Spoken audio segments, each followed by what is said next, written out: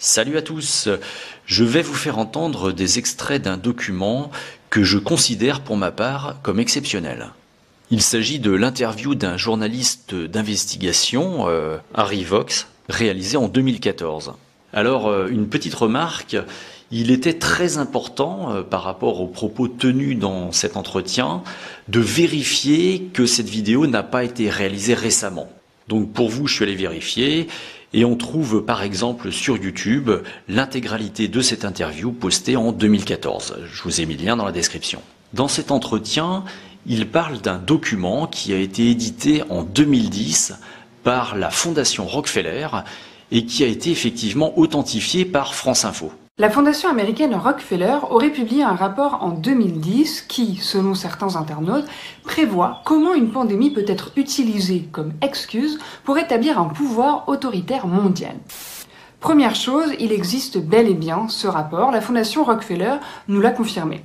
En 2010, elle publie avec un partenaire Scénario pour le futur de la technologie et du développement international. La fondation Rockefeller avait imaginé une pandémie avec un virus plus mortel que le Covid-19. Et c'est aussi vrai qu'elle prévoyait la possibilité d'une réponse autoritaire des gouvernements. The ruling establishment has a lot of, they will stop at nothing to complete their toolkit of control, right? So one of the things that has been missing from the toolkit of total control has been quarantines and curfews, right? So now, welcome to the new world in America.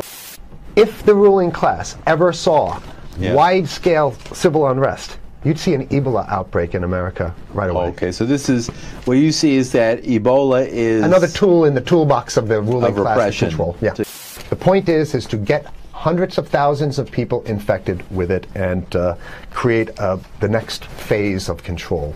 Now, one of the things I'd like to show to back up my my claims here.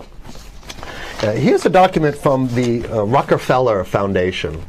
Rockefeller Foundation, right there. You can zoom in on that, where my finger is. It's called Scenarios for the Future International Development, the Rockefeller Foundation. All right. Okay. Let's take a look at what they're saying here. This is something like a 50, 60-page document. I'd like you to go to page 18, if you can look at this up on the internet, but I'll read it off to you. It's called Lockstep. Lockstep. In 2010, they published this, Rockefeller Foundation, and here's what they're saying. They're saying that they call it a scenario. These are scenario narratives, and they speak about it in the past tense. So they put out this scenario, Lockstep. A world of tighter, top-down government control and more authoritarian leadership with limited innovation and growing citizen pushback. Okay, I'll read a little bit of it. In 2012, the pandemic that the world had been anticipating for years, nobody was anticipating a pandemic, finally hit.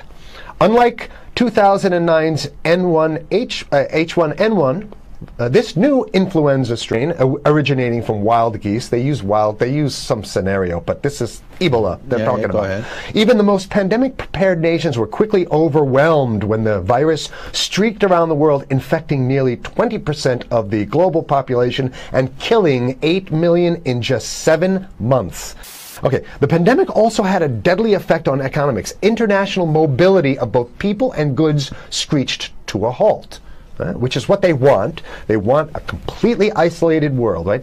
Debilitating industries like tourism and breaking global supply chains. Well, of course they want tourism stopped because they're not in the tourism business, and they want you at home in your house in front of the TV. Then they got you, because once you watch the TV, they own your soul. Even locally, normally bustling shops and offices sat empty for months. But even in developed countries, containment was a challenge. Now here's this one. I love this one.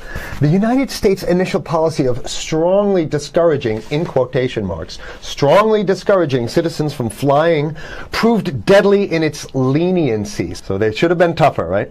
Accelerating the spread of the virus, not just within the United States, but across borders. However, a few countries did fare better. China in particular.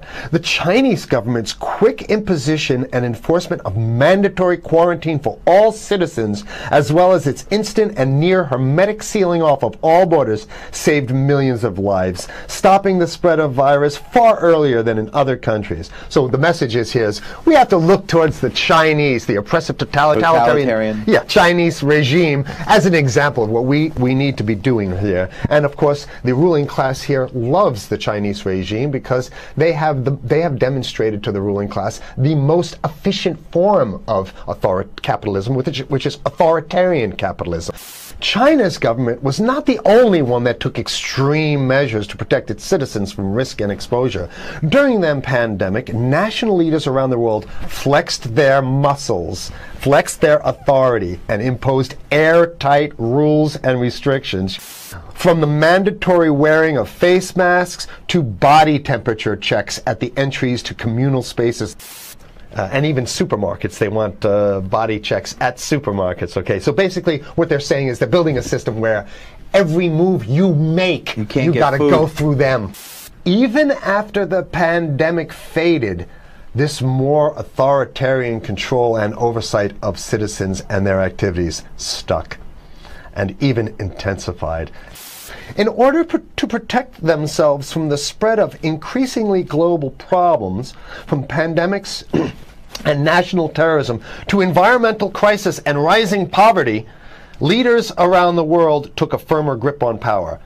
At first, the notion of a more controlled world gained wide acceptance and approval. Citizens willingly gave up some of their sovereignty and their privacy to more paternalistic states in exchange for greater safety and stability. They want to get more control, more and it's going to be curfews and quarantines. Unless we can break through the apathy, because that's what we have here, then it's going to be a slave state here. The ruling class doesn't seem to have too much resistance. They're getting everything on their Christmas shopping list, and they've been wanting quarantines and curfews for a long time. Now they got it. And if you want to live in a world where you're tricked into all this stuff because it's for your safety, right? And if you want to have a probe and make sure you got to check your pockets, make sure you don't have anything incriminating on you before you go out, and when you step out of your house, you want some police there to monitor and see what you're doing. If that's the world you want to live in, be apathetic, don't do anything. You're going to get that world very soon. It's coming your way, definitely. Voilà, donc ce document est clairement ce qu'on appelle une prophétie autoréalisatrice. La fondation Rockefeller, qui est très influente, y donnait probablement ses ordres aux autorités pour le moment où débarquerait un tel virus.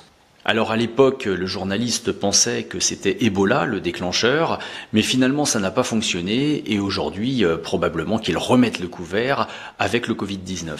Mais malheureusement, cette fois-ci, le scénario a l'air de fonctionner, la dictature s'installe et il n'est pas impossible que dans un futur proche, l'on soit soumis à une loi martiale. Depuis plusieurs mois maintenant, nous vivons un changement de société qui prend une forme brutale, en nous arrachant de force les acquis pour lesquels les anciennes générations se sont battues et ont parfois sacrifié leur vie. Nous sommes encore montés de quelques degrés dans la violence étatique, où la muselière est devenue l'instrument par lequel on distingue le citoyen obéissant du récalcitrant. Je pense que vous avez toutes et tous compris que le masque imposé aujourd'hui sera le vaccin de demain, sans lequel il ne sera plus possible d'interagir dans la société. Comme je vous le disais dans une vidéo précédente, l'objectif est de rendre le quotidien des gens invivable et de les étouffer progressivement afin qu'ils soient prêts à toute concession pour un retour à la normale. Et c'est là que le vaccin sera introduit comme monnaie d'échange. Les gens comprendront par la suite que les mesures dites sécuritaires sont destinées à perdurer, qu'il s'agit là d'une nouvelle façon de vivre et que l'ancien monde a bel et bien cessé d'exister. La plupart d'entre vous ont certainement entendu parler du Grand Reset, lancé par le Forum économique mondial de Davos, en collaboration avec le prince Charles. Le Grand Reset entrera officiellement en vigueur en janvier 2021. Il me semblait important d'approfondir ce sujet afin que toutes et tous vous compreniez bien à quel point tout ce que nous vivons actuellement fait partie d'un plan mondial qui vous est désormais dévoilé publiquement. Il n'y a donc plus aucune conspiration possible, puisque ces lucifériens vous le disent en vous regardant droit dans les yeux. Vous allez vivre selon nos règles et nos lois. Vous comprendrez finalement que la société rêvée par ces malades mentaux est une dictature numérique, à l'instar de la Chine, où le crédit social définira votre statut citoyen et vous donnera accès ou non à certains privilèges en fonction de votre soumission à l'État. Le World Economic Forum, ou Forum économique mondial, est un club de pensée fondé par Klaus Schwab en 1971, regroupant de nombreuses personnalités influentes et patrons de grandes corporations. On y retrouve évidemment ce satané Bill Gates, George Soros, Google, la Fondation Rockefeller, la banque JP Morgan, Christine Lagarde, Al Gore, ainsi que des personnalités du showbiz comme Matt Damon, sans oublier la marionnette du changement climatique, Greta Thunberg. On pourrait le comparer au groupe Bilderberg, à ceci près que le Forum économique mondial a la vocation d'être plus ouvert et principalement orienté sur l'économie mondiale comme son nom l'indique. D'ailleurs, la plupart des acteurs du Forum de Davos sont également membres du Bilderberg, comme Klaus Schwab lui-même qui en était membre du comité fondateur. L'objectif ultime est donc l'établissement d'une gouvernance globale si chère aux mondialistes comme Soros, Attali, Brzezinski, Kissinger et toute cette clique de psychopathes qui œuvrent à l'établissement du système du Dajjal ou l'Antéchrist. Personnellement, j'ai compris que le Covid-19 était le catalyseur qui allait permettre la transition entre l'ancien monde et celui de demain lorsque Klaus Schwab a parlé de cette pandémie comme d'une opportunité. Il déclarait il y a peu « La pandémie représente une fenêtre d'opportunité rare mais étroite pour réfléchir, réinventer et réinitialiser notre monde. » On voit donc que pour ces technocrates, il s'agit bien d'une opportunité à ne pas manquer. Une occasion unique qui arrive, semble-t-il, juste au bon moment pour qu'ils puissent enclencher leur transformation majeure sous couvert d'urgence économique et sanitaire à laquelle les peuples pourraient difficilement s'opposer. Il est toujours bon de rappeler ces phrases qui resteront gravées à tout jamais dans l'histoire, tant par l'arrogance qu'elles renferment que leur pertinence lorsqu'elles finissent par s'accomplir devant nos yeux. Lorsque David Rockefeller disait ainsi « Nous sommes à la veille d'une transformation globale. Tout ce dont nous avons besoin, c'est de la bonne crise majeure et les gens vont accepter le nouvel ordre mondial. » En mai dernier, ils ont intégré le Covid-19 et ses répercussions mondiales alors incertaines dans une carte interactive qui, non sans un certain cynisme, présente la forme d'un coronavirus avec ses multiples spicules représentant les différents thèmes et défis en rapport avec notre époque qui devraient nous amener vers cette fameuse gouvernance mondiale. Il s'agit donc d'une carte interactive qui change en fonction des thèmes sur lesquels vous cliquerez et présente autour d'un sujet phare les sujets sous-jacents et ses implications pour le monde de demain. Je dois admettre que sur un plan technique, c'est très réussi. Je m'étais alors posé la question, mais comment peuvent-ils savoir dès maintenant les impacts réels de cette pseudo-pandémie à l'échelle mondiale pour les mois et les années à venir? Comment peuvent-ils prévoir à l'avance que ce n'est pas juste une épidémie passagère et qui ne représente rien de particulier? Car à ce moment-là, le phénomène du Covid était trop récent pour pouvoir en mesurer les réels effets sur le long terme. Sauf bien sûr, si cette pandémie était déjà prévue à l'avance, comme le mentionnait justement la Fondation Rockefeller dans ses 4 scénarios pour le futur de la technologie, que je vous invite à aller lire dans le détail. PDF qui malheureusement n'a pas été traduit à ce jour, et dont l'un des scénarios prévoyait déjà en 2010 une pandémie provoquée par un virus véhiculé par des oies sauvages, et qui devait amener les gouvernements à prendre des mesures sécuritaires et liberticides qui ressemblent exactement à celles que nous vivons actuellement. D'ailleurs, il est intéressant de noter que sur le site officiel de la Fondation Rockefeller, on retrouve cette même notion de reset ou remise à zéro. Par exemple ici, comme vous pouvez le voir dans ce rapport qui traite de la manière de transformer le système de distribution de la nourriture aux USA. Si l'on observe la liste des organisations mises en avant par le Forum économique mondial, on retrouve bien évidemment la Fondation Rockefeller, dépeinte comme une organisation philanthropique, avant-gardiste dans le domaine scientifique et qui aurait pour vocation de se consacrer au bien-être de l'humain dans le monde. Cette même Fondation Rockefeller, qui sur son site présente par exemple la nécessité des tests de dépistage massif du Covid-19 avec pour objectif jusqu'à 30 millions de personnes testées par semaine aux États-Unis.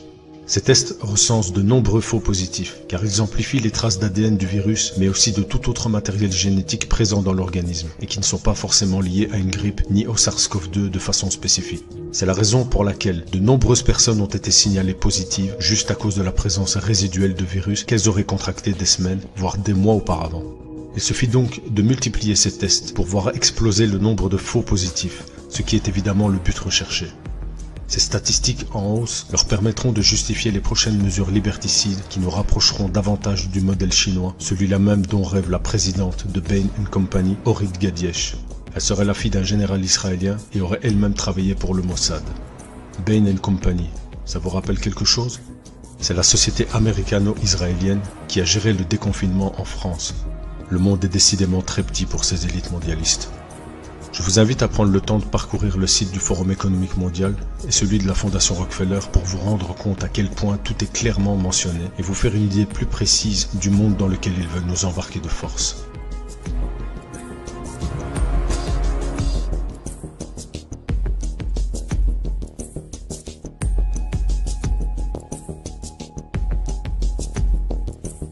Ces différents acteurs travaillent donc de concert à l'établissement d'une refonte totale du système sous toutes ses formes et s'efforcent de faire passer cela comme une nécessité absolue pour la pérennité de l'humanité, notamment par le biais du développement durable.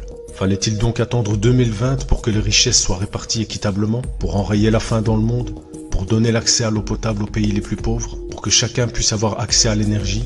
Y a-t-il vraiment quelqu'un d'assez crédule pour croire à leurs slogans mensongers alors que ces ignobles individus n'ont eu de cesse de tromper les nations et les réduire davantage en esclavage au fil des siècles? Voilà donc ce à quoi nous allons très probablement assister dans les mois à venir. Une transformation majeure du système actuel, monétaire, sanitaire, social, commercial, éducatif, logistique, industriel, technologique, jusqu'à la distribution alimentaire. Bref, tous les mécanismes qui régissent notre monde d'aujourd'hui. Même le fait de voyager sera désormais soumis à de nouvelles règles. Le prétexte invoqué pour le déclenchement de ce reset global est avant tout l'impact du Covid-19 sur l'économie mondiale déjà mortifère. Un reset économique, avec la fin de l'économie locale, un ralentissement des activités humaines et le règne des multinationales qui auront racheté pour une poignée de dollars les PME à l'agonie suite au confinement. Un reset social, avec de nouvelles règles dans l'interaction entre les individus, où les mesures de distance sociale deviendront la norme. D'ailleurs, plusieurs dispositifs technologiques sont déjà disponibles pour veiller à sa mise en application dans certaines sociétés. Un reset géopolitique, avec la fin des États-nations et l'instauration d'une gouvernance mondiale à l'horizon 2030. Un reset environnemental, avec la dictature écologique où l'homme représente la menace ultime du fait de la surpopulation et de son mode de consommation. Un reset industriel, avec l'automatisation et la robotisation, qui débouchera immanquablement sur un nombre incalculable de pertes d'emplois et donc l'incapacité à rembourser les crédits bancaires. Les saisies immobilières se multiplieront, ce qui augmentera de ce fait la détresse sociale. Un reset technologique, avec l'émergence du contrôle social, des drones de surveillance dans nos rues, de l'intelligence artificielle et dont l'issue débouchera sur l'ère du transhumanisme puisqu'au final, outre le fait d'imposer un contrôle total sur les peuples, l'objectif de ces fous furieux est bien de parvenir à vaincre la mort par le biais de la technologie et de parachever l'évolution humaine par l'entremise du progrès scientifique. Il est important de souligner le rôle majeur que jouera la technologie 5G, qui visiblement est un des sujets les plus importants liés au grand reset. Et quand je vous disais qu'il n'était plus question de conspirationnisme, car tout était dévoilé, jugez-en par vous-même. Lorsque l'on clique sur le sujet de la 5G, un résumé apparaît à droite de la carte. On y lit qu'une grande coopération sera nécessaire pour faciliter le déploiement de cette technologie qui sera utilisée pour l'Internet des objets, l'intelligence artificielle et le big data. Ces fameux objets connectés qui recueilleront toutes sortes de données concernant votre mode de vie, votre mode de consommation, vos habitudes et qui seront stockés dans une immense base de données faisant de votre vie privée une relique du passé. Après plusieurs mois de matraquage médiatique et de restrictions de liberté en tout genre, il devient évident pour les gens éclairés que nous sommes en plein basculement et qu'il est réellement temps de se réveiller maintenant et non pas demain, car ce qui est en train de se jouer nous concerne non seulement nous, mais surtout nos enfants, qui sont déjà en train d'assimiler la nouvelle normalité. Et je ne parle pas des tout-petits qui n'auront jamais connu rien d'autre que ces mesures immondes et dignes des périodes les plus sombres de l'histoire. J'ai encore du mal à savoir si l'affaire est déjà bouquée, ou si le peuple va enfin se réveiller et reprendre sa liberté qu'on est en train de lui voler. Finalement, c'est peut-être ce à quoi le prophète de l'Élysée Attali faisait allusion en 2016, quand il disait qu'il y aurait une révolution en France avant 2022. Et je vous le dis, il y aura une révolution dans ce pays avant 2022. Il y aura une révolution dans ce pays. Avec le recul, je me dis que la psychose ambiante autour de cette pseudo-pandémie a fait office de révélateur, dans le sens où elle a mis en évidence la débilité profonde de certains qui n'a pu se manifester dans son intégralité qu'avec un événement de cette ampleur. Vous voyez avec quelle rapidité la plupart des gens ont changé leur habitude et se sont adaptés à cette nouvelle normalité sans trop de problèmes. C'est qu'ils étaient déjà prédisposés à être manipulés et finiront broyés par le système. Il y a des gens pour qui vous ne pourrez jamais rien, fussent-ils vos plus proches. Préparez-vous à un nouveau confinement, ce ne serait que la suite logique de leur plan débile, et profitez qu'il ne soit pas annoncé officiellement pour faire quelques stocks. Rappelez-vous les razzias lors du premier lockdown, ne soyons pas les dindons de la farce alors que nous avons une longueur d'avance sur ceux qui continuent de dormir. In the darkness, we shall await. Prepare for changes.